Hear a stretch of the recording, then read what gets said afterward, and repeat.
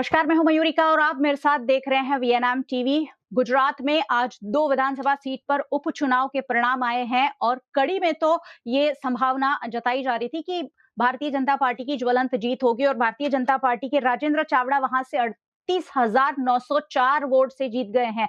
बड़ी जीत राजेंद्र चावड़ा ने दर्ज की है। वहीं विसावदर, जो प्रतिष्ठा का प्रश्न बन गया था, विसावदर की सीट जो आम आदमी पार्टी ने 2022 में जीती थी, लेकिन बाद में उनके जो प्रत्याशी थे, उनके जो वहां से विधायक थे आम आदमी पार्टी के भूपत भायानी, उन्हें वो भारतीय जनता पार्टी में जुड़ गए थे और तब से वो सीट खाली थी। और फिर एक बार जब उपचुनाव हुए तो आम आदमी पार्टी सफल रही है उस सीट को जीतने में। गोपाल इटालिया की 17,581 वोट से बड़ी जीत हुई है विसावदर में। तो 2 परिणाम आज आए हैं, दोनों सीट के परिणाम डिक्लेयर हो गए हैं। विसावदर की सीट आम आदमी पार्टी के हिस्से गई है, जबकि कड़ी की सीट, मेहसाणा के कड़ी की सीट जो है वो भारतीय जनता पार्टी के हिस्से में आई है। मेरे साथ खास मेहमान जुड़े हैं इन मुद्दों पर बात करने के लिए और सबसे पहले आपको उनसे रूबरू करवा देती हूं और इसके बाद चर्चा को हम आगे बढ़ाएंगे। मेरे साथ भारतीय जनता पार्टी की ओर से डॉक्टर कमलेश राजगौर जुड़े हैं। कमलेश जी, बहुत-बहुत स्वागत है चर्चा में आपका। मेरे साथ कांग्रेस पार्टी से सागर शाह जुड़े हैं। सागर भाई, आपका भी स्वागत है। और पॉलिटिकल एनालिस्ट के रूप में मदन मोहन झा जुड़े हैं। मदन जी, आपका भी स्वागत है। चलिए कमलेश जी से शुरू करेंगे। भारतीय जनता पार्टी की सरकार है गुजरात में और कहा जाता है कि गुजरात में तीसरे मोर्चों को कभी सफलता मिली नहीं है, लेकिन आम आदमी पार्टी पिछली बार भी सफल हुई थी और इस बार भी एक सीट आम आदमी पार्टी के हिस्से आई है, जबकि कड़ी की सीट भारतीय जनता पार्टी ने सफलतापूर्वक फिर से अपने नाम की है। क्या कहेंगे राजगौर जी, बताइए। नहीं, सही बात है आपकी। हम लोग विसावदर की चुनाव के अंदर पर जो भी हमारे उम्मीदवार थे उससे जिताने के लिए ही हमने तो इलेक्शन लड़ा था। जी। लेकिन ये इलेक्शन के अंदर जो हमारी सीट थी कड़ी के अंदर, वो तो हमने जीत ली है, यानी कि हमारी पीछे डूबी नहीं है। जी। 2 इलेक्शन हुए, दोनों में से एक में जहां हमारी सीट थी वहां हमें फिर से जीत मिली है और जहां हमारी सीट नहीं थी वहां हमें फिर से सीट नहीं मिली। प्रजा ने हमें आशीर्वाद नहीं दिया।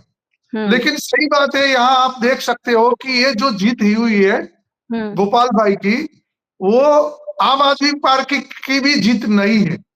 वो जीत उनकी प्रोपेगेंडा की है। उन लोगों ने जो जो जिस तरह काम नहीं किया और भारतीय जनता पार्टी का जो काम हुआ है उसको बदनाम करने की काम किया और प्रजा को गुमनाम करने के लिए जो भी प्रोपेगेंडा किए, वो प्रोपेगेंडा की जीत है।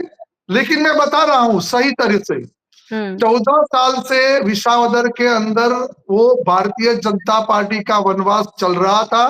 लेकिन आज जो आम आदमी पार्टी की जीत हुई है वो 100% ऐसा है कि 2027 के अंदर जो चुनाव आएंगे उनमें भारतीय जनता पार्टी का जो वनवास है वो समाप्त होने का जो शुरुआत हुई है ये आज से हुई, अब समाप्त हो जाएगा।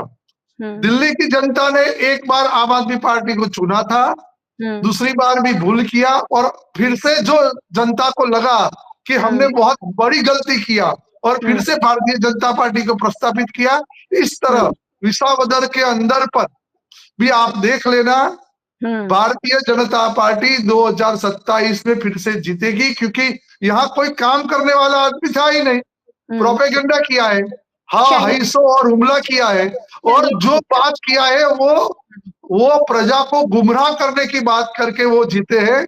100% जीत है उनकी। हमारी कोई भारतीय जनता पार्टी सीट नहीं थी तो हमारी हार पर नहीं है, लेकिन 100% जो हमारे वोट बैंक है उसको हमने अकबंद रखा है। वहां भी कड़ी में भी हमने जो वोट बैंक थी उससे ज्यादा वोट हमें मिला है।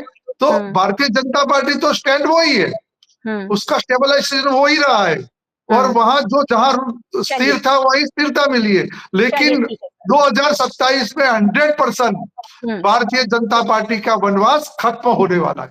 चलिए, भारतीय जनता पार्टी का वनवास 2027 में खत्म होगा। फिलहाल तो नहीं खत्म हुआ है, लेकिन 2027 में उम्मीद लगा के बैठे हैं भारतीय जनता पार्टी के लोग। वैसे ये सीट जो है वो आम आदमी पार्टी के पास ही थी, भूपत भायानी वहां से जीते थे और उसके बाद वो भारतीय जनता पार्टी में किसी वजह से चले गए, या तो उन्हें खरीद लिया गया या अपनी मर्जी से गए, वो बात दूसरी है। सागर शाह कांग्रेस पार्टी की ओर से जुड़े, उनके साथ चलेंगे। सागर भाई क्या कहेंगे? आपकी तो दोनों ही सीट हाथ से निकल गई, आप दोनों जगह दावा कर रहे थे कि हम जीतेंगे। सबसे पहले तो दर्शकों को नमस्कार। ये जनता का जनादेश है जिसका हम स्वीकार करते हैं, और कमलेश जी को बहुत बहुत बधाई कि अब बधाई दूं या ना दूं वो मैं समझ नहीं रहा हूं, लेकिन कमलेश जी से सुनिएगा, बीच में मत बोला, नहीं बोला था, मजा आएगा। क्योंकि डिबेट में अगर सच्ची बात की जाए तो सुनने का और दर्शकों को भी देखने का है ना। कांग्रेस ने अपने तरीके से जहां जहां पर जो मेहनत करनी चाहिए वो परफेक्टली की थी, मैं बिल्कुल उसका इनकार नहीं करता हूं। लेकिन आज जो कांग्रेस को मिला उसका हम तहे दिल से स्वीकार करते हैं, क्योंकि जनता डिसाइड करती है तो उसे अपने को स्वीकार करना ही पड़ेगा।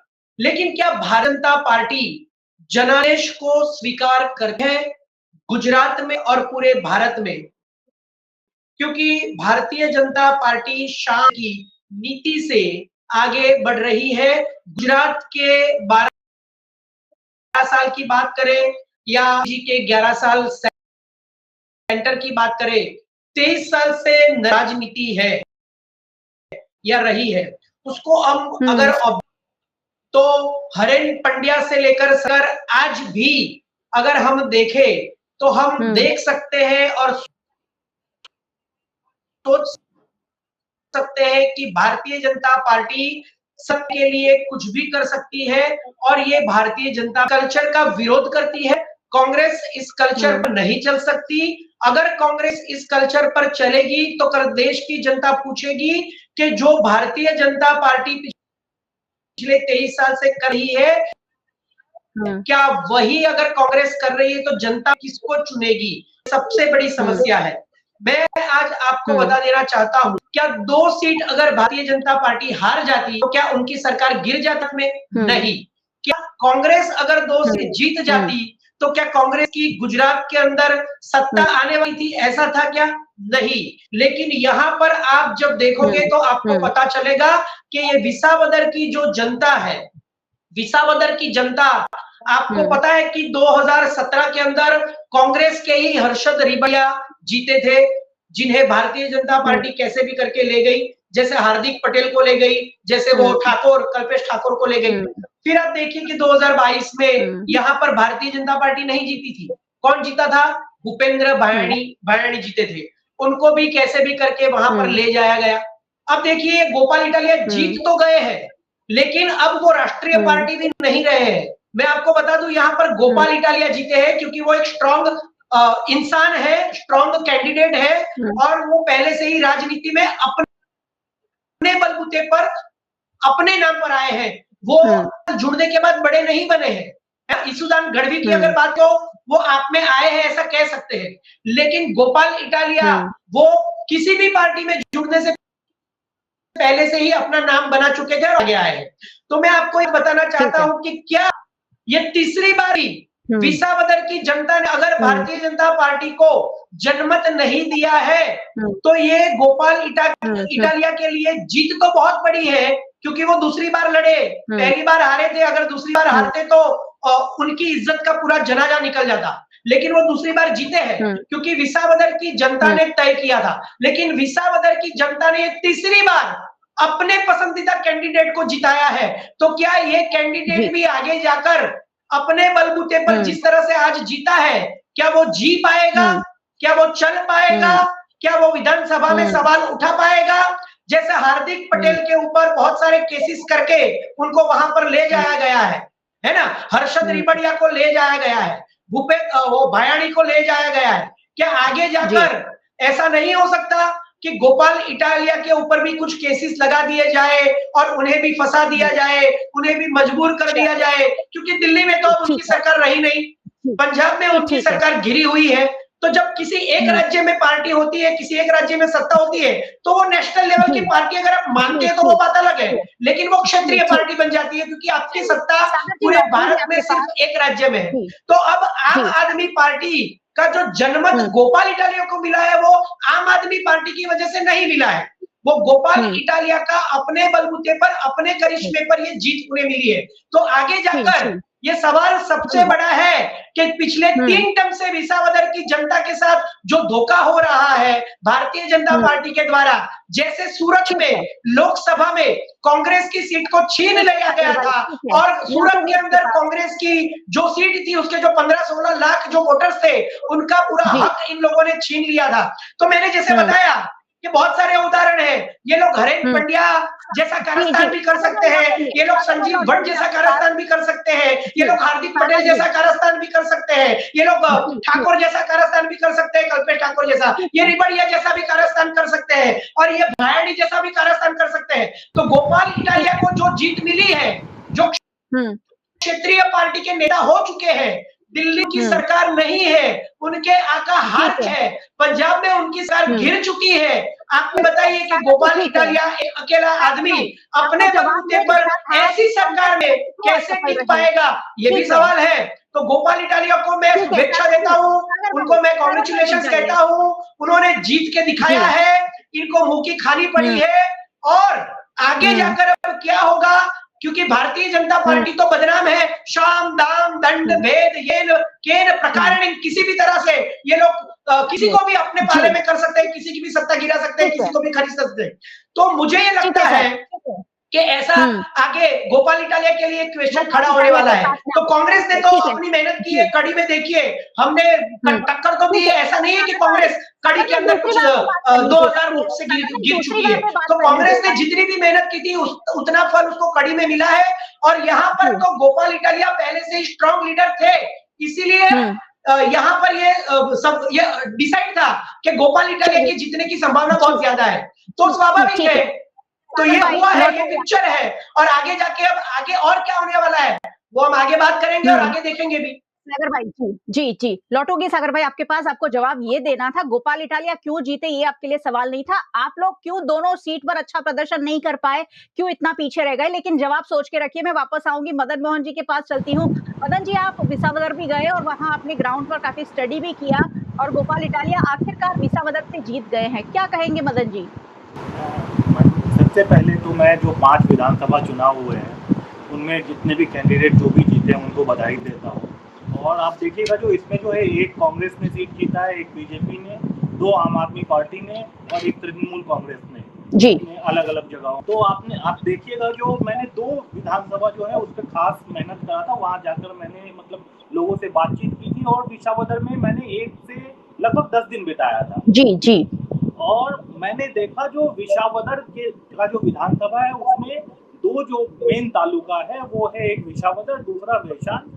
एक पार्ट जो है थोड़ा सा पार्ट जूनागढ़ का लगता है और बागासारा का थोड़ा सा पार्ट लगता है जी। तो जब आप वहां पे जाइएगा तो आपको जो है हाई एंटी इनकम्बेंसी पहले से ही मिलेगा। जब मैं कड़ी में गया तो कड़ी में मुझे जाते ही पता चल गया जो यहाँ बीजेपी लीड कर रही है और ये सीट निश्चित रूप से बीजेपी जीतेगी जी। और आप देखिएगा जो 40,000 के अंतर से बीजेपी ने लगभग 40,000 39,000 कुछ वोटों से बीजेपी यहाँ जीती है। तो ये सीट जो है बीजेपी को जीतना ही था। दूसरा सीट जो है तो आप विसावदर है, विसावदर में जब आप जाएंगे तो विसावदर के जो अर्बन एरिया है वहां पे आपको दिखेगा तो यहाँ पे बीजेपी मजबूत है और जो वहां पे जो लोकल इलेक्शंस हुए थे उसमें भी बीजेपी जीती थी। लेकिन जब आप गांव में जाते हैं तो आपको जो है तो बहुत ज्यादा एंटी इनकम्बेंसी मिलेगा, खासकर विसावदर में।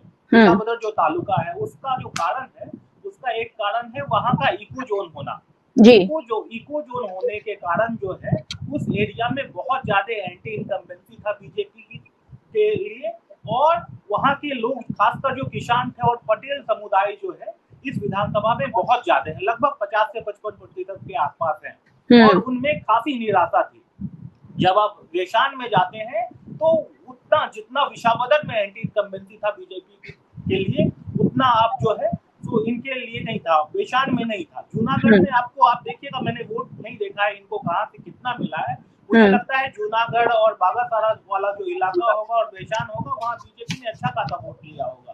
लेकिन विसावदर का जो इलाका है उस इलाके में जो है मुझे बहुत ज्यादा जो है निराशा मिली। बीजेपी और कांग्रेस तो मुझे कहीं दिखी ही नहीं वहाँ। जो कांग्रेस के जो वोट थे वो बहुत ही छिटपुट वोट थे और उनके वोट जो थे थोड़े बहुत मुस्लिम समुदाय में थे और थोड़े बहुत जो है वो कोली समुदाय में थे, थोड़े बहुत ही थोड़े से जो है वो पटेल समुदाय में वोट थे। लेकिन जो एक बड़ा वर्ग था पटेल समुदाय का, वो आप देखिएगा जो वो आम आदमी पार्टी के प्रति थी, और उन्होंने मतलब तय कर रखा था जो हम जो है आम आदमी पार्टी को ही वोट करेंगे, कैंडिडेट कोई भी हो जी। लेकिन आम आदमी पार्टी ने बहुत पहले से ही कैंडिडेट वहां जो है तो डिक्लेयर करके रखा था, तो इसका भी फायदा आम आदमी पार्टी को मिला।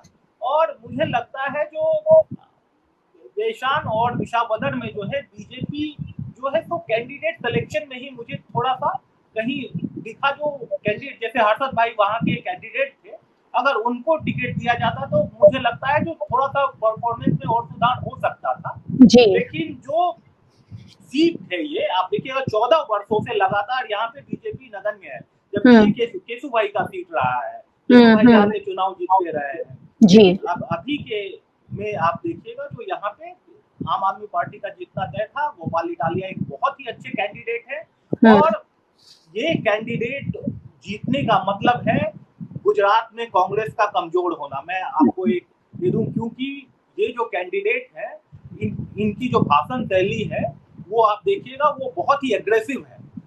और आम आदमी पार्टी ने 2022 में लगभग 13% 12.9 के आसपास जो वोट लाया था। आप देखिएगा आने वाले चुनाव में ये वोट प्रतिशत और बढ़ेगा, और आम आदमी पार्टी जो और एग्रेसिव होके यहाँ पे चुनाव लड़ेगी जी। मदन जी का जो आकलन है वो बहुत सटीक है, पिछले कई दिनों से हम उनसे बात कर रहे हैं। लेकिन बात यहाँ ये होती है कि गुजरात में तीसरे मोर्चे को बहुत ज्यादा सफलता कभी मिली नहीं है, लेकिन आम आदमी पार्टी अब इसमें सेंध लगाने में कामयाब रही है। कमलेश जी के पास वापस चलूंगी। कमलेश जी, कैंडिडेट पसंद करने में गलती हो गई ये कह रहे हैं मदन जी, और वहां से जो आपके विसावदर से जो आपके प्रत्याशी थे किरीट भाई, उन पर बहुत सारे इल्जाम भी लग रहे थे और बहुत सारे उन पर आरोप लगाए गए, और उसके बावजूद उन्हें टिकट दिया गया। अगर हर्षद रिबड़िया जैसा कोई स्ट्रॉन्ग कैंडिडेट रखा गया होता तो हो सकता है कि ये जो परिणाम है बदल जाता। कमलेश जी। नहीं, ऐसा नहीं है मयूरी अक्का बहन, मैंने आपको पहले भी समझाया कि भारतीय जनता पार्टी की यहाँ हार हुई ही नहीं है। वो सीट भारतीय जनता पार्टी की थी ही नहीं। हम लोग ने कड़ी के अंदर जितने लीड मिली उससे ज्यादा लीड मिली, यानी जो हमारी वोट बैंक थी उसको बरकरार करके भी हमने प्लस किया कड़ी के अंदर, और विशावदर के अंदर हमारी सीट थी ही नहीं, हमें पता था। और दूसरी एक बात प्रोपेगेंडा के हिसाब से उन लोगों ने 2 महीने 3 महीने पहले ही प्रचार प्रसार शुरू कर दिया, हमारी बदनामी करने चालू कर दिया, हमारी गलत बात है उसको उजागर करने के ही काम किया, अच्छा काम की बात नहीं किया। लोगों ने सुना कि ये भारतीय जनता पार्टी ने क्या क्या खराब किया है, वही बात उसने किया, और गुजरात की शांति प्रिय जनता को अस्थिर करने के लिए, और अभी जो विधानसभा चल रही है उसको अस्थिर करने के लिए उसने जो प्रयास करना था उसमें वो एक सफल हुआ कि मैं गया और गोपाल इटालिया जी आए। हाँ, सच बात है यही कि कांग्रेस वाले ने बताना चाहिए कि गोपाल इटालिया क्यों जीते इससे ज्यादा, वो लोगों को कड़ी में क्यों 10,000 कम मिले वोट, और यहाँ तो विसावदर के अंदर तो कुछ मिला ही नहीं, तो उसकी बात करनी चाहिए, लेकिन वो बात नहीं करेंगे। हम लोग हमारी एजेंडा लेके 2 सालों के अंदर ऐसा ही काम करेंगे कि विसावदर की जनता का जो गलत काम किया है अभी हमें आशीर्वाद नहीं दिया है, तो अगले 2 सालों के अंदर ऐसा काम करेंगे कि जो अविश्वास है, जहां भी त्रुटि है वो कम करके हम फिर से प्रजा के साथ विसावदर में जाएंगे। हमें विश्वास है 2027 में फिर से हमारा वनवास पूर्ण होने वाले हैं। चलिए, विसावदर की सीट तो आप लोग नहीं जीत पाए, लेकिन कड़ी की जो सीट है वहां क्या फैक्टर काम कर गए ये जरूर बताइएगा, क्योंकि वहां सभी जो प्रत्याशी थे वो एक ही कम्युनिटी के थे, और उसके बावजूद भारतीय जनता पार्टी को वहां समर्थन तो मिलता ही रहा है। लेकिन कौन से फैक्टर पर कड़ी विधानसभा आप लोग इतनी बड़ी लीड से, क्योंकि ये बहुत बड़ी लीड है, अगर किसी को भी 38,904 वोट से अगर लीड मिलती है तो ये बड़ी लीड है, कड़ी में क्या फैक्टर काम कर गए डॉक्टर साहब? नहीं, सही बात है, आपने जो आंकलन किया वो अभी सही है। यही बात है कि जो लास्ट 2022 के अंदर हमें जो वोट मिले थे उससे बहुत गुना ज्यादा मेजोरिटी हमें मिली है, और प्रजा का समर्थन भी मिला है, यानी कि ऐसा नहीं है, वहां भी आम आदमी पार्टी लड़ी थी, तो आम आदमी पार्टी की अगर लहर होती, आम आदमी पार्टी के लिए प्रजा का विश्वास होता, तो वहां भी जीत जाती। कम से कम जीते नहीं तो उसका जो लीड है वो तो बरकरार रखे, लेकिन ऐसा नहीं हुआ है। तो सच बात है कि यहाँ हमारा संगठन है, हमने जो बातें किया था, वहां जो प्रोपेगेंडा सामने लोगों ने किया वो गलत नहीं किया। प्रजा ने देखा कि सही बात क्या है और गलत बात क्या है। यहाँ जो विसावदर के अंदर यही बात चली 2 महीनों से, बस भारतीय जनता पार्टी और उनके उम्मीदवार और उनके प्रति एंटी इनकम्बेंसी की बात लाने के लिए जो गलत बात थी, जो कुछ नहीं था वो गलत बताया, काम किया उसको काम भी नहीं बताया, गलत प्रोपेगेंडा करके ये लोग जीते हैं। लेकिन सही बात है, हम प्रजा का विश्वास जीतने में विसावदर में अभी सफल नहीं हुए। कड़ी में हमने ज्यादा लीड मिला है, लेकिन अगर कांग्रेस की बात होती है, मैंने कांग्रेस की मेरी पहली बात में नहीं रखा था कांग्रेस की एक भी बात, लेकिन फिर भी कांग्रेस ने जो कहना था वो नहीं किया, लंबी बात किया, बीच में बोलने का भी नहीं दिया और बोले कि हम बोले वो सुनते रहो। उसने इतनी बात बता दिया कि जो उसके हिस्से में जो बात करनी थी उससे डबल बात कर दिया। अब आप उससे पूछो नहीं तो भी चल सकता है, इतनी बात कर लिया। लेकिन मैं इतनी बताता हूँ, कांग्रेस अपनी झांकी, आईने के अंदर अपनी झांकी देखे, वो कहाँ स्थिर थी, वहां स्थिर है कि नहीं वो भी देखे, अपनी गलतियां देखे, बाद में दूसरे की असलियत की बात करे।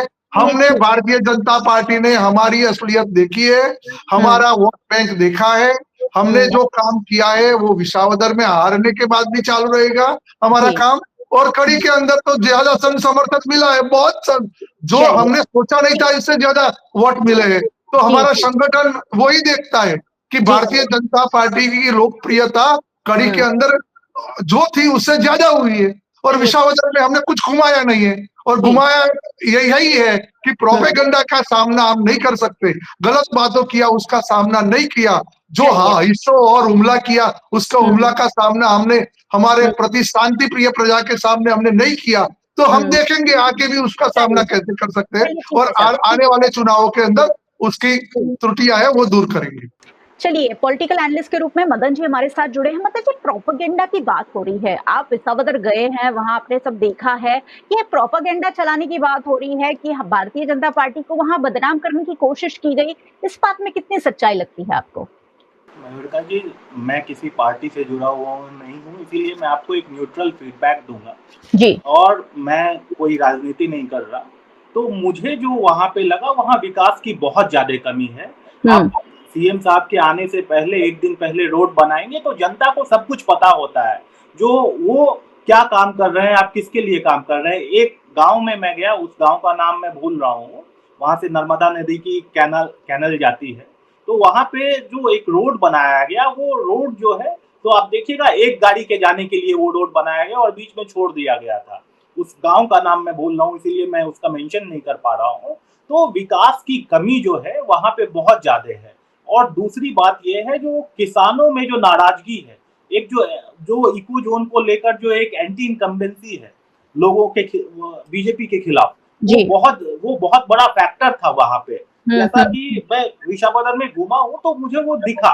मैंने इस उपचुनाव वाले एरिया में, मैं क्योंकि ज्यादातर बिहार वाले इलाके में अभी काम कर रहा हूँ, क्योंकि वहां पे इलेक्शन होना है, तो मैं लुधियाना वेस्ट और जो है आपका विसावदर पे मैंने ज्यादा फोकस किया था। मैंने यहाँ एक हफ्ता जाके बिताया भी, और लोगों से, बहुत सारे लोगों से बात किया। लगभग मैंने 25 से 30 गांव जो है, और उससे भी ज्यादा मैंने कवर किया, और लोगों से मैंने जाके बात की, तो लोगों में बहुत ज्यादा एंटी इनकम्बेंसी था। लोग जो है बीजेपी का नाम सुनना नहीं चाह रहे थे। मुझे एक बीजेपी के सरपंच मिले, उनका भी यही कहना था, जो बीजेपी जो है यहाँ पे नहीं जीत पाएगी क्योंकि बीजेपी ने कोई काम नहीं किया।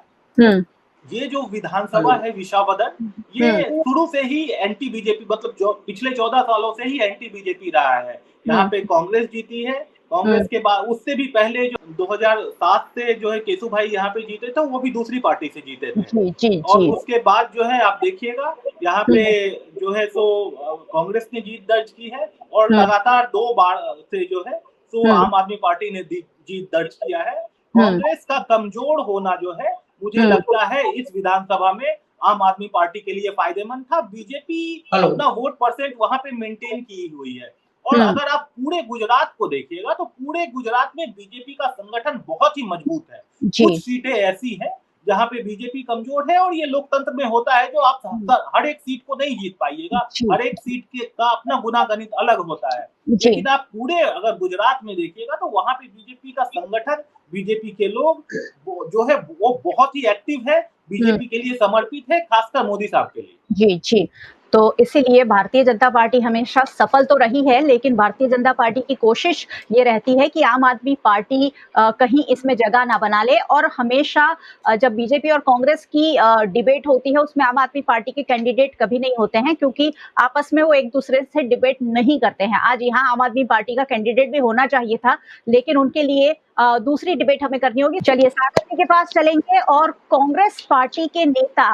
और जो संसद में लोकसभा के विपक्ष के नेता है, उन्होंने आंखों में आंखें डालकर ये कहा था कि 2027 में हम आपको हराने जा रहे हैं। राहुल गांधी 2027 की तैयारी कर रहे हैं, लेकिन एक भी सीट दोनों में से आपके हिस्से में नहीं आई है सागर जी, और हिस्से में नहीं आई है वो तो बहुत दूर की बात है, लेकिन आप लोगों का प्रदर्शन भी बहुत ज्यादा कमजोर है। क्या कहेंगे इस पर, सागर जी बताइए। ये जो आज जनादेश आया है, और खास करके ये जो आप पार्टी को आज इतनी बड़ी जीत मिली है, तो मैं एक और नजरिए से भी इसे देखना चाहता हूं। मैं आपको बताना चाहता हूं कि भारतीय जनता पार्टी और नरेंद्र मोदी की जो राजनीति है, अगर उसे समझना है तो उसे नजरिए से भी देखना पड़ेगा। मैं आपको एक छोटी सी बात और बताना चाहता हूं कि ये भी क्या कोई सर्कस है, भी क्या कोई प्लान है, क्योंकि जहां पर भारतीय जनता पार्टी के 20 मंत्री जगह प्रचार के लिए, जहां पर भारतीय जनता पार्टी के गुजरात के मुख्यमंत्री चले गए प्रचार के लिए, जहां पर लाखों करोड़ों रुपए का खर्चा किया गया चुनाव को जीतने के लिए, जहां पर सामने वाली पार्टी के कार्यकर्ताओं के साथ क्या क्या इन लोगों ने किया। गोपाल इटालिया के ऊपर किसी औरत ने भी आरोप लगाए हैं कि गोपाल इटालिया मुझे हैरेसमेंट करते थे।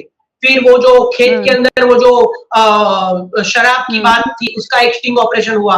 फिर एक व्यक्ति को, एक कार्यकर्ता को आम आदमी पार्टी के 2 लाख रुपए दिए। तो ऐसी बहुत सारी चीजें हो चुकी है। मतलब इन लोगों ने शाम दाम दंड भेद की हर नीति को अपना लिया है कि किसी भी तरह से गोपाल इटालिया को बिठा दिया जाए, लेकिन वो नहीं बिठा सके। तो क्या फिर उन्होंने अपना प्लान चेंज किया है? मैं ये सोचना चाहता हूँ, क्योंकि राहुल गांधी का जो लेख था, राहुल गांधी के लेख ने पूरे हंगामा मचाया है कि ये लोग चुनाव में धांधली करते हैं, के बहुत सारे सबूत है।